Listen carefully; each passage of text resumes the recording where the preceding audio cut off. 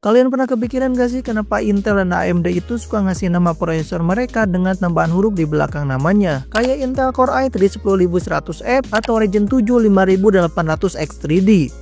Apakah ini sebuah konspirasi supaya kita bingung memilih prosesor mereka? Atau apakah ada kode rahasia di antara prosesor yang mereka buat? Daripada bingung, mendingan tonton video ini dulu sampai selesai, biar kalian mengerti maksud kode rahasia tersebut dan kalian bisa mengerti bagaimana penamaan prosesor dari kubu biru dan kubu merah.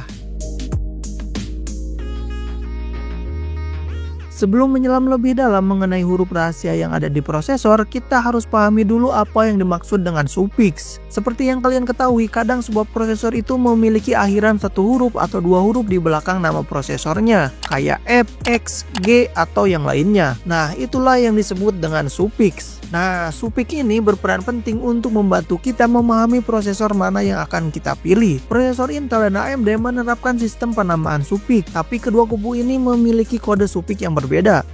Selain sufiks, kalian juga harus bisa mengerti bagaimana penamaan dan membaca sebuah prosesor. Kita mulai dulu dari Intel. Untuk angka setiap generasi Intel Core kecuali generasi pertama biasanya memiliki 4 digit angka, dan mulai dari generasi ke-10 memiliki 5 digit angka. Untuk rumus membaca prosesor Intel Core yaitu sebagai berikut. Misalnya, ada Intel Core i7 10700K. Untuk Intel Core ini adalah nama brand. Kemudian i7 disebut dengan brand modifier, atau bisa kita sebut sebagai varian dari Intel Core itu ada apa aja. Untuk 5 digit angka kayak gini berarti dua angka paling depan menandakan urutan generasi. Kalau ada 4 digit berarti satu angka paling depan adalah urutan generasi prosesor tersebut. Karena di sini ada 5 digit angka berarti 2 digit angka paling depan menandakan urutan generasi prosesor. Karena 2 digit angka itu 1 dan 0, maka prosesor Intel Core i7 10700K ini adalah generasi ke-10 dari prosesor Intel Core. Dan untuk 3 digit angka setelahnya itu disebut dengan SKU. Semakin tinggi nilai SKU, maka semakin tinggi juga performa prosesor tersebut dalam satu generasi yang sama. Dan yang terakhir ada huruf K. Nah, huruf K ini disebut dengan sufiks. Untuk sufiks ini nanti kita akan bahas lebih jauh untuk artinya apa. Sekarang kita masuk cara penamaan dan cara membaca prosesor dari AMD. Untuk membaca prosesor AMD seri Ryzen masih mirip-mirip dengan Intel. Untuk angka setiap generasi AMD Ryzen memiliki 4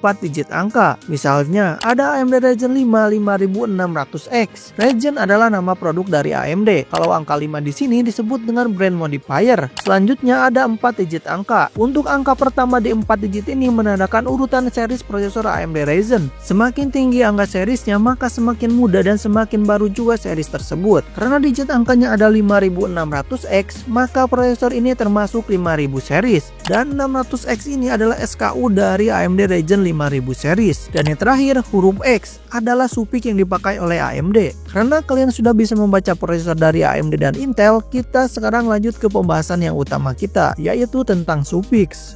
Kali ini kita akan membahas sufiks yang ada di prosesor PC atau desktop aja. Untuk prosesor versi mobile atau laptop mungkin di next video. Kita bahas dulu sufiks yang ada di prosesor Intel. Yang pertama ada prosesor tanpa sufiks atau non-sufiks. Artinya prosesor ini memiliki integrated GPU di dalam prosesornya. Jadi prosesor ini bisa menyala tanpa harus menggunakan PGA card tambahan. Prosesor ini cocok banget untuk kalian yang memiliki PC dulu sambil nabung untuk membeli PGA card tambahan. Contoh prosesornya ada Intel Core i3 10105, Intel Core i5 10400 dan sebagainya. Selanjutnya ada sufiks huruf F, artinya prosesor tersebut tidak memiliki integrated GPU, yang artinya prosesor ini membutuhkan PGA card tambahan untuk bisa menyala. Prosesor dengan sufiks F ini mulai tersedia di generasi 9 ke atas, dan biasanya prosesor dengan sufiks F ini cenderung lebih murah dibandingkan dengan prosesor polosan atau non-sufiks. Contohnya ada Intel Core i3 9100F, Intel Core i5 9400F, dan sebagainya. Selanjutnya ada sufiks dengan huruf K, yang artinya prosesor tersebut tidak dikunci. Jadi kita bisa melakukan overclocking kepada prosesor tersebut. Prosesor dengan akhiran K ini memiliki iGPU di dalamnya. Jadi kalian bisa menggunakan ini tanpa menggunakan PGA card tambahan. Prosesor ini cocok banget untuk kalian yang suka tuning atau overclocking. Untuk harga prosesor dengan akhiran K ini lebih mahal dibandingkan dengan prosesor non-sufiks atau dengan seri sufiks F. Untuk contoh prosesornya ada Intel Core i9 12900K. Dan yang terakhir ada supik kombinasi dengan dua huruf, misalkan kayak supik KF. Nah, kalau ada prosesor yang kayak gini berarti kita harus menerjemahkan huruf per hurufnya. Supik dengan huruf K di sini artinya prosesor tersebut bisa di overclock, dan supik F di sini artinya membutuhkan PGA-K tambahan untuk bisa menyala. Jadi artinya supik KF ini artinya prosesor tersebut bisa di overclock tapi membutuhkan PGA-K tambahan untuk bisa menyala. Prosesor dengan dua supik ini kita harus artikan satu persatu huruf demi hurufnya, kemudian digabungkan menjadi satu. Oke, sekarang kita masuk ke supik yang ada di dalam prosesor AMD. Yang pertama, non-supik atau polos. Kalau ada prosesor yang non-supik, itu menandakan prosesor tersebut tidak memiliki integrated GPU. Jadi kalian membutuhkan PGA-K tambahan untuk bisa menyala. Beda dengan seri prosesor Intel yang non-supik itu ada iGPU-nya. Selanjutnya ada supik G, yang artinya prosesor tersebut memiliki iGPU AMD Radeon Graphics di dalamnya. Prosesor dengan akhiran G ini terkenal dengan prosesor yang mandiri, karena tanpa harus menggunakan PGA-K tambahan udah bisa gaming tipis-tipis. Contohnya ada prosesor AMD Ryzen 3 3200G, AMD Ryzen 5 5600G, dan yang lainnya.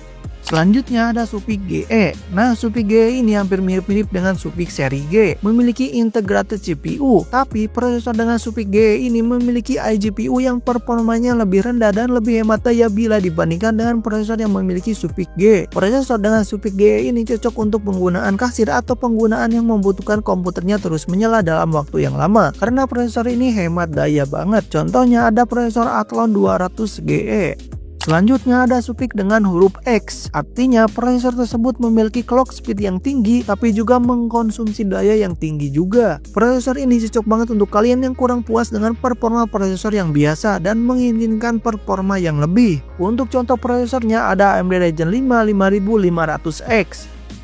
Selanjutnya ada supik X3D. Kalau ada akhiran X3D berarti prosesor tersebut sudah mendukung teknologi AMD 3D V-Cache, sebuah teknologi dari AMD untuk meningkatkan performa prosesor mereka dengan cara menumpuk LT-Cache di atas core prosesor mereka. Untuk prosesor dengan X3D cocok banget untuk kalian ajak gaming, ajak produktivitas, ajak tugas berat karena memiliki performa yang lebih. Contoh prosesornya ada AMD Ryzen 5 5600 X3D, Ryzen 7 5800 X3D, dan yang lainnya. Dan yang terakhir ada supik dengan akhiran dua huruf, contohnya XT. Nah, prosesor dengan supik XT ini berarti kombinasi dari dua supik tersebut, yaitu X dan T. Nah, kalau supik X ini memiliki performa yang lebih tapi boros daya. Kalau supik T memiliki performa lebih tapi masih di bawah supik X tapi lebih hemat daya. Nah, kalau digabungkan supik XT ini bisa diartikan sebagai prosesor yang memiliki performa tinggi mirip supik X tapi juga memiliki daya yang rendah mirip supik T. Nah, kayak gitu supik dari AMD. Yang ada iGPU-nya hanya prosesor dengan supik G aja. Yang lainnya tidak memiliki iGPU. Tapi AMD melakukan perubahan. Mulai AMD Ryzen 7000 series dan memakai soket AM5, pihak AMD melakukan sedikit perubahan di line up prosesor mereka. Untuk semua prosesor AMD Ryzen 7000 series ke atas, AMD sekarang memberikan iGPU di dalamnya. Jadi kalian yang memakai Ryzen 7000 series bisa menyala tanpa harus menggunakan PGA-K tambahan. Meski di AMD Ryzen 7000 series ada akhiran X atau misalkannya ada non-supik, mereka tetap mempunyai iGPU di dalamnya. Berbeda dengan seri AMD Ryzen 5000 series ke bawah. Nah, mungkin kayak gitu dulu pembahasan kita mengenai supik yang ada di prosesor desktop. Untuk supik yang ada prosesor laptop mungkin nanti kita akan bahas di next video. Nah, mungkin segitu dulu pembahasan kita kali ini. Kalau ada supik yang kelewat atau ada yang kurang jelas dari pembahasan kali ini, kalian bisa tulis di kolom komentar, oke? Jangan lupa tekan tombol like, komen, share, dan subscribe. Terima kasih, sampai jumpa di next video. Bye-bye.